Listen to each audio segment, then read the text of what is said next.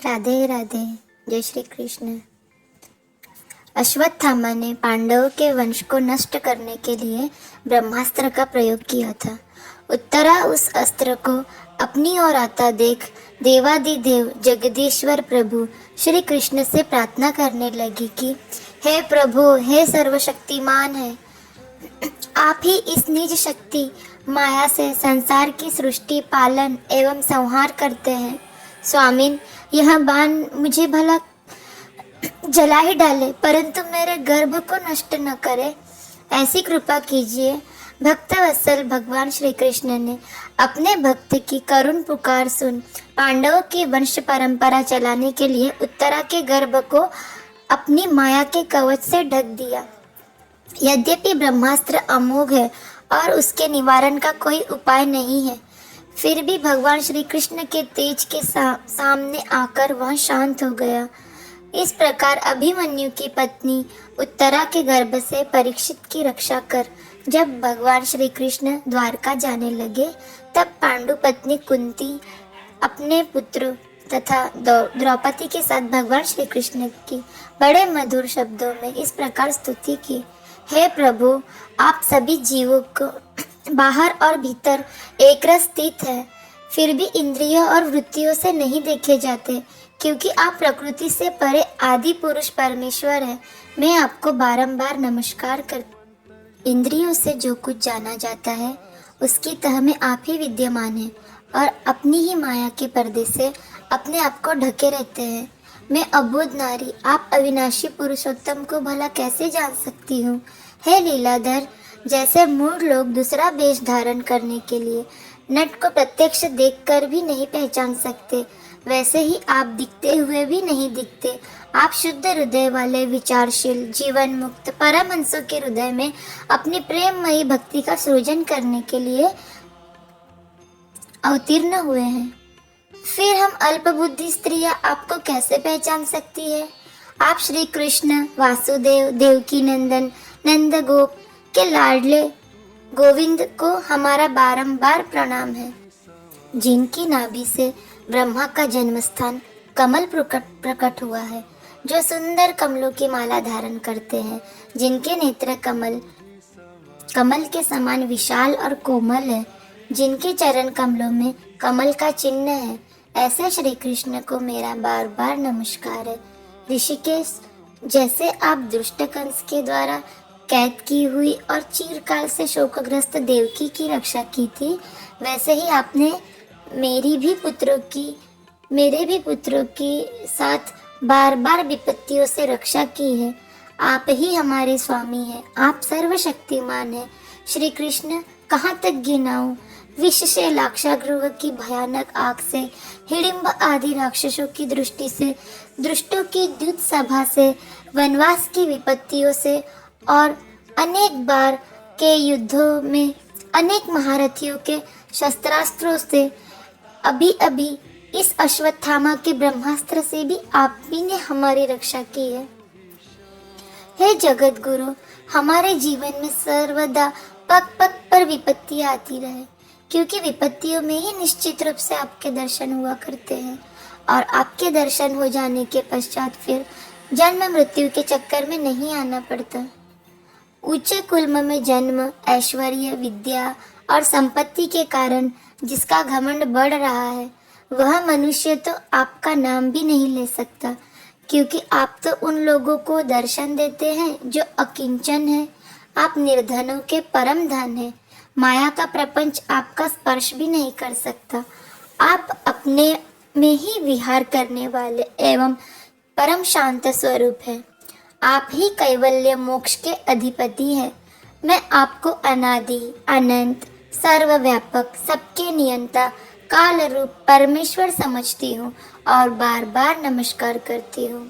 संसार के समस्त पदार्थों और प्राणी आपस में टकराकर विषमता के कारण परस्पर विरुद्ध हो रहे हैं, परंतु आप सब में समान रूप से विचर रहे हैं।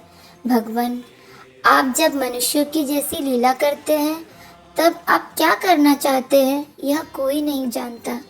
आपका कभी न कोई प्रिय है न कोई अप्रिय। आपके संबंध में लोगों की बुद्धि ही विषम हुआ करती है। आप विश्व के आत्मा है, विश्व रूप है। न आप जन्म लेते हैं, न कर्म ही करते हैं। फिर भी पशु पक्षी मनुष्य ऋषि जलचर आदि में आप जन्म लेते हैं और उन योनियों के अनुरूप दिव्य कर्म भी करते हैं। यह आपकी लीला ही तो है।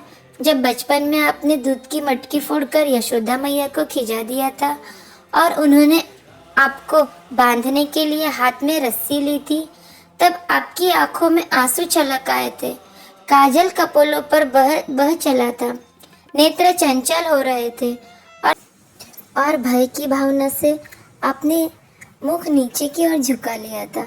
आपकी उस दशा का, लीला छवि का ध्यान करके मैं मोहित हो जाती हूँ।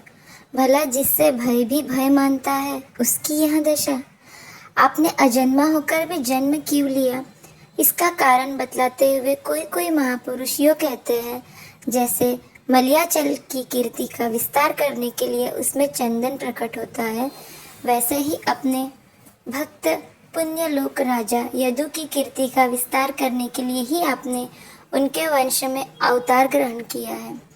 दूसरे लोग यूँ कहते हैं कि वसुदेव और देवकी के पूर्व जन्म में सुतपा और पृश्नि के रूप में आपसे यही वरदान प्राप्त किया था, इसीलिए आप अजन्मा होते हुए भी जगत के कल्याण और दैत्यों का नाश करने के लिए उनके पुत्र बने हैं। कुछ और लोग कहते हैं कि यह पृथ्वी दैत्यों के अंत्यत्य भार से समुद्र में डूबते हुए जहाज की तरह डगमगा रही थी, पीड़ित हो रही थी। तब ब्रह्मा की प्रार्थना से उसका भार उतारने के लिए आप प्रकट हुए। कोई महापुरुष यूँ कहते हैं कि जो लोग इस संसार में अज्ञान, कामना और कर्मों के बंधन में जकड़े हुए पीड़ित हो रहे थे, उन लोगों के लिए श्रवण और स्मरण करने के योग्य लीला करने के विचार से ही आपने अवतार ग्रहण किया है। भक्तजन बार बार आपके चरित्र का श्रवण, गान, कीर्तन एवं स्मरण करके आनंदित होते रहते हैं।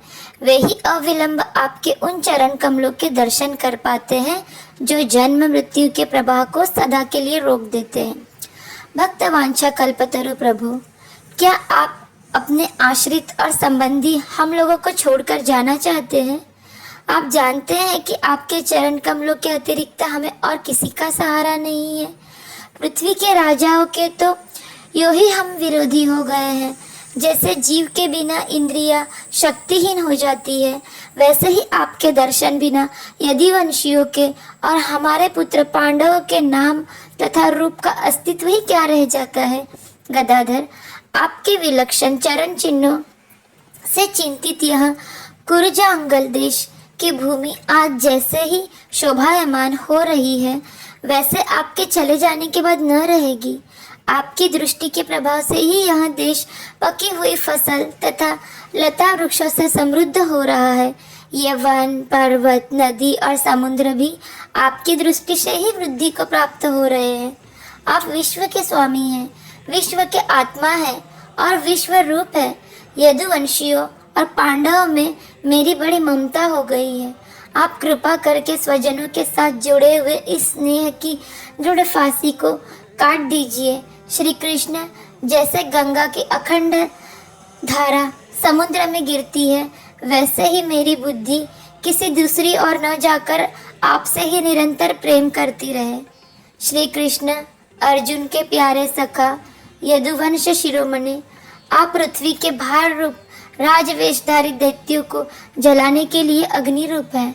आपकी शक्ति अनंत है। गोविंद, आप यह अवतार गौ, ब्राह्मण और देवताओं का दुख मिटाने के लिए ही है। योगेश्वर, चराचर के गुरु भगवान, मैं आपको नमस्कार करती हूँ। जय श्री कृष्ण।